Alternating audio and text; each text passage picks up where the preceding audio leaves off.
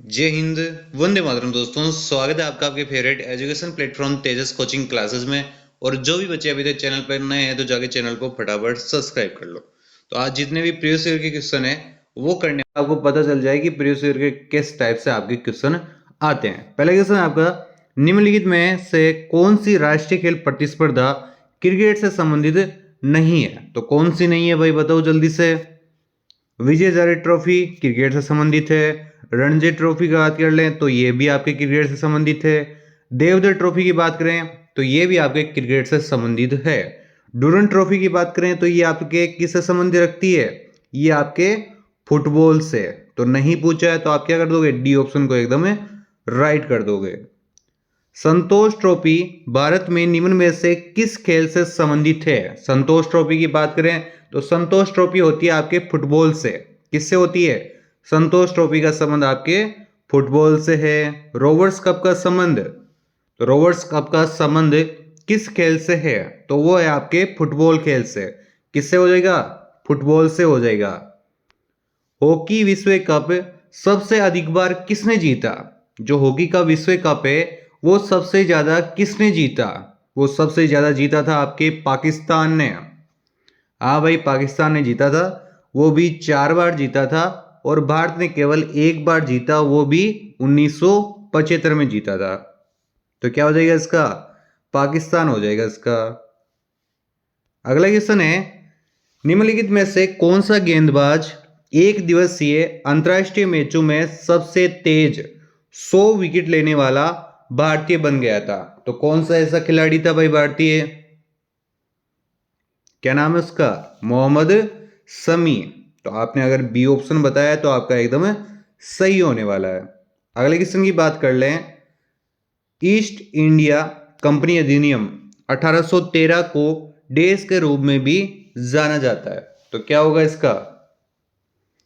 किस रूप में जाना जाता है ईस्ट इंडिया कंपनी अधिनियम 1813 को? बताओ जल्दी से। चार्टर अधिनियम। जिसने भी चार्टर अधिनियम बताया उनका एकदम राइट हो जाएगा भाई। अगला क्वेश्चन है, निम्नलिखित में से कौन सा अधिनियम ईस्ट इंडिया कंपनी के विभिन्न अंगों की शक्तियों और जिम्मेदारियों को परिभाषित करते हुए ब्रिटिश संसद द्वारा पारित किया गया था? देखो कितना अच्छा क्वेश्चन है भाई ये। बताओ जल्दी से क्या होगा? बिल्कुल, विनियम अधिनियम जो आपका 1773 है उसमें भाई ब्रिटिश संसद ने ये पारित किया था। भारतीय परिषद अधिनियम 1909 को देश भी कहा जाता है। तो क्या कहा जाता है इसे? मार्ले मिंटो सुधार। क्या हो जाएगा? मार्ले मिंटो सुधार भी कहा जाता है, ये भी आप ध्यान रखना। अगला क्वेश्चन है, जवाहरलाल नेहरू ने निम्नलिखित में से किस अधिनियम को दास्ता का एक नया घोषणा पत्र के रूप में वर्गीकृत किया था? बताओ, दास्ता का एक नया घोषणा पत्र कौन सा हो जाएगा? भारत सरकार अधिनियम 1935। इस टाइप के देखो क्वेश्चन आते हैं भाई। तो इसलिए आप क्या, जितने भी प्रीवियस ईयर के क्वेश्चन है वो देख लिया करो ताकि आपको अंदाजा हो जाए कि किस जो आपके पेपर होने वाला है उसमें किस टाइप से क्वेश्चन आने वाले हैं। तो क्या हो जाएगा इसका? भारत सरकार अधिनियम 1935। और इन्होंने जो आपके जवाहरलाल नेहरू है ना, इन्होंने इसको गुलामी का अधिकार पत्र कहा था। क्या कहा था? गुलामी का अधिकार पत्र कहा था।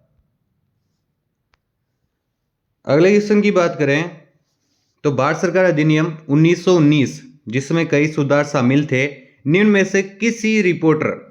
से किस रिपोर्टर या सुधार के आधार पर पारित हुआ था? तो कौन है वो है आपके मोटेगू। कौन है? मोटेगू चेम्सफोर्ड सुधार 1909 का 1919 का भारत शासन अधिनियम है, उससे ही एक आपके कहा जाता है। अगले क्वेश्चन की बात कर लें, निम्न में से किस अधिनियम में प्रावधान द्वारा ब्रिटेन के भारतीय प्रांतों पर ईस्ट इंडिया कंपनी के शासन को निरस्त कर दिया गया और उन्हें ब्रिटिश क्वीन के नाम पर शासित किया जाना तय किया गया? तो क्या होगा इसका? कौन सा हो जाएगा? जल्दी से बताओ। ब्रिटिश सरकार अधिनियम संशोधन 1919। अगले क्वेश्चन की बात कर लें, कर्क रेखा भारत के इनमें से किस राज्य से होकर गुजरती है? तो कर्क रेखा के आपको मालूम होगा 8 राज्यों से होकर गुजरती है। कौन कौन से? तो आपके हो गया गुजरात, गुजरात से होकर गुजरती है, राजस्थान से, और आपके मध्य प्रदेश हो गया, मध्य प्रदेश से होकर गुजरती है। फिर आपके छत्तीसगढ़, कौन सा? छत्तीसगढ़ हो गया, झारखंड हो गया, और आपके ये पश्चिम बंगाल, और कौन सा है भाई? 8 राज्यों से होकर गुजरती है। एक आपके है त्रिपुरा। तो इसने पूछा है किस राज्य से होकर गुजरती है, तो इनमें से देखो क्या होगा, ये सारे से त्रिपुरा, मध्य प्रदेश, उड़ीसा, राजस्थान। तो ये इससे होगा किस राज्य से नहीं गुजरती है, तो आपके नहीं वाला हो जाएगा उड़ीसा। अगला क्वेश्चन है आपका, भारत दक्षिण एशिया का तीसरा सबसे बड़ा देश है जो पृथ्वी के क्षेत्रफल के देश भाग में फैला हुआ है, देश भाग में फैला हुआ है। तो कितने भाग पर फैला हुआ है? तो ये आपके तीसरा सबसे बड़ा है। पहला कौन सा? रूस, फिर आता है चीन, और फिर बात आती है आपके भारत की। तो क्या हो जाएगा? 2.4% पर फैला हुआ है। कितना? 2.4% पर फैला हुआ है, यानी 32.8 लाख वर्ग किलोमीटर स्क्वायर पर आपके पूरा भारत फैला हुआ है। अगला क्वेश्चन की बात कर लें, ये सारे के सारे देखो प्रीवियस ईयर के क्वेश्चन है। भूमि क्षेत्रफल की दृष्टि से भारत का सबसे बड़ा राज्य कौन सा है? सबसे बड़ा राज्य होता है आपके राजस्थान, राजस्थान के बाद में आता है एमपी, उसके बाद में आता है महाराष्ट्र, और सबसे छोटे की बात कर लें तो सबसे छोटा होता है आपका गोवा। तो ये भी आपको साथ में ध्यान रखना है। अगला क्वेश्चन है, कर्क रेखा देश नहीं गुजरती है। कर्क रेखा है वो किससे होकर नहीं गुजरती है भाई, बताओ जल्दी से। बिल्कुल, किससे? नागालैंड हो जाएगा। अगला क्वेश्चन है, ध्रुवीय क्षेत्र के बाहर नुब्रा घाटी में स्थित दुनिया के दूसरे सबसे लंबे ग्लेशियर का क्या नाम है भाई? क्या नाम है? सियाचिन नाम है। ऑप्शन डी एकदम राइट होने वाला है। इंदिरा पॉइंट इनमें से किस द्वीप के दक्षिणी भाग में स्थित है? इंदिरा पॉइंट की बात हो रही है कि इनमें से किस द्वीप के दक्षिणी भाग में स्थित है, तो कौन सा द्वीप हो जाएगा वो? निकोबार द्वीप। कौन सा? निकोबार द्वीप है। कौन सा? निकोबार द्वीप हो जाएगा भाई। अगली क्वेश्चन की बात कर लें, तो भारत पूरी तरह से उत्तरी गोलार्ध में स्थित है। मुख्य भूभाग देश से 37 डिग्री 6 मिनट उत्तरी अक्षांशों के बीच विस्तृत है। तो क्या होगा? उत्तरी गोलार्ध में स्थित है, तो कितना है देखो, ये होता है आपके 8 डिग्री 4 मिनट से उत्तर से, 8 डिग्री 4 मिनट उत्तर से 37 डिग्री 6 मिनट उत्तर तक। इसकी कुल लंबाई की बात कर लें तो वो हो जाएगा आपका 3214 किलोमीटर। इसके साथ ही आपके दक्षिणांतरी विस्तार की भी बात कर लेते हैं, तो वो होता है आपके 68 डिग्री 7 मिनट पूर्व से 97 कितनी है 960 डिग्री 25 मिनट्स। इसकी कुल लंबाई की बात करें तो वो हो जाएगी 2933 किलोमीटर। अगले क्वेश्चन की बात करें तो अगला क्वेश्चन आपका 19वां ये रहा। 1498 में वास्को डी गामा पहुंचा था। कहां पहुंचा था? 1498 की बात हो रही है।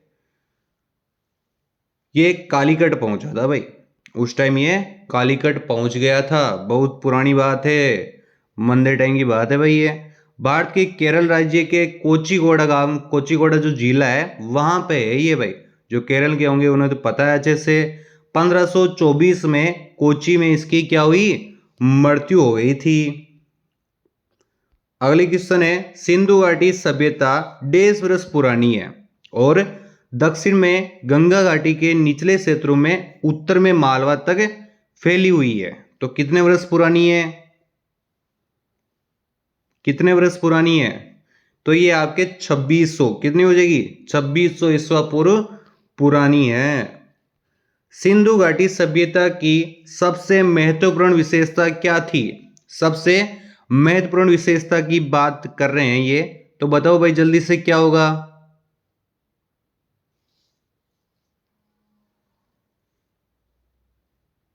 कांस्य युगीन सभ्यता। क्या हो जाएगा? कांस्य युगीन सभ्यता।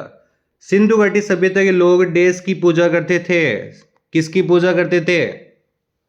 इसमें क्या है, वो कांस्य है ना, वो तांबे प्लस टीन वही होता है पता होगा आपको अभिक्रिया। केमिस्ट्री की बात हो रही है बीच में। सिंधु घाटी सभ्यता के लोग डेस की पूजा करते थे।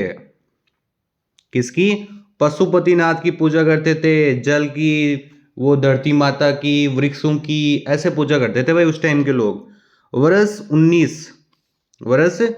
1920 सॉरी 1920-21 के आसपास किस नदी के किनारे खुदाई के दौरान हड़प्पा शेर मिला था भाई? बताओ कौन सी नदी थी वो?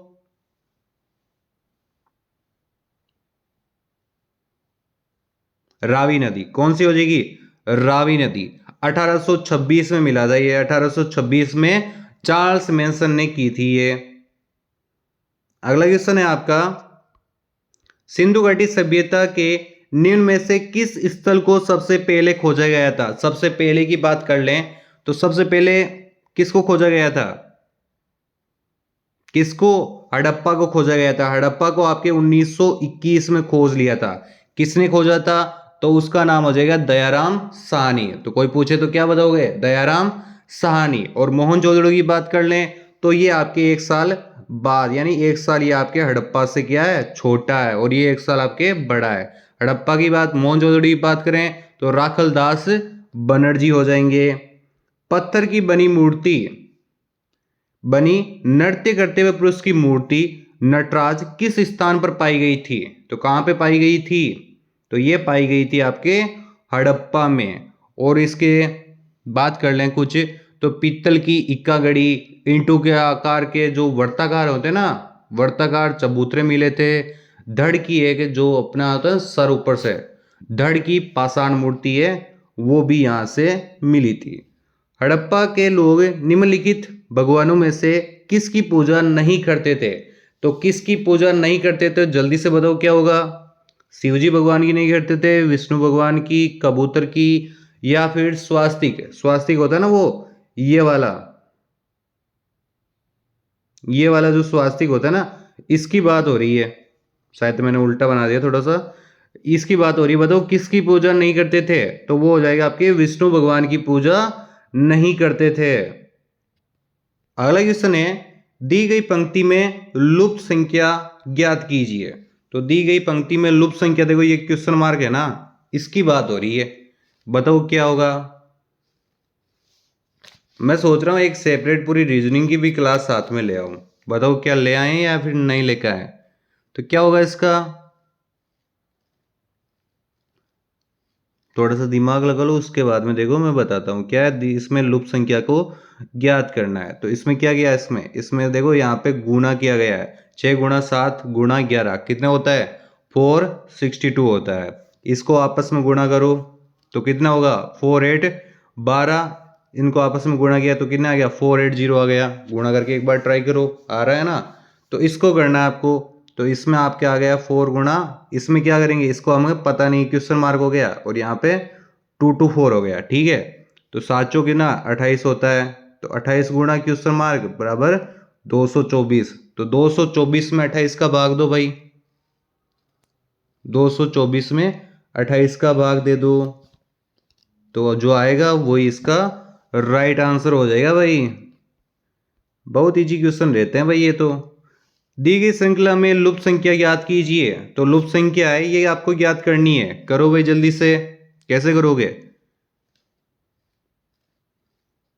इसमें देखो क्या हो रहा है, 32 में से 1 निकाला, -1 कर दिया, फिर क्या किया, 31 में 29 -2 हो गया। अब -3 करना है, 29 में से -3 निकाल लो भाई, कितना आता है 29 में से -3? कितना होता है? 26 होता है ना। तो 26 किसी में दिखाई दे रहा है? ठीक है। या फिर यहां से ऐसे प्लस कर लो भाई, प्लस में बढ़ जाओ या माइनस में बढ़ जाओ, एक ही बात है। रीजनिंग के सवालों को आप किसी भी तरीके से कर सकते हो भाई। दी गई श्रृंखला में गलत संख्या ज्ञात कीजिए भाई। गलत संख्या ये बहुत कॉमन क्वेश्चन है, बहुत बार मैंने ये क्वेश्चन देख लिया भाई, हर जगह मैं क्वेश्चन देख रहा हूं। अब तो मेरे हिसाब से आपको भी आ गया होगा। क्या कर रहे हैं ये देखो, यहां से क्या कर रहे हैं, गुणा 2 कर रहे हैं। ठीक है, फिर आगे क्या कर रहे हैं, गुणा 4 कर रहे हैं। यानी एक बार ऊपर से गुणा 4 हो रहा है और नीचे से गुणा 2 हो रहा है। ठीक है। 5 को 2 से किया 10, 10 को किया किससे 4 से तो 40 हो गया, 40 को फिर 2 से किया 80, बात सही है। 80 को 4 से करो 8 चौक 32, 320। ठीक है। अब 32 को क्या करना है, 32 को 2 से गुणा करना है, नीचे वाला आ गया ना गुणा 2, तो यहाँ पे क्या रहता है 32 दूना 64, तो 640 आ रहा है।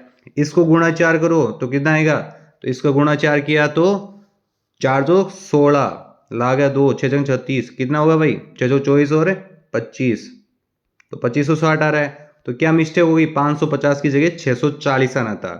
तो क्या इसमें गलत संख्या याद करना पूछा है, तो ठीक है सी ऑप्शन है गलत संख्या, 550 है वहां पे क्या आना चाहिए था 640 आना था यार। अगला क्वेश्चन है आपका, दी गई श्रृंखला में अगला पद ज्ञात करना है भाई, दी गई संख्या में अगला पद ज्ञात कीजिए, तो करो भाई जल्दी से अगला पद ज्ञात।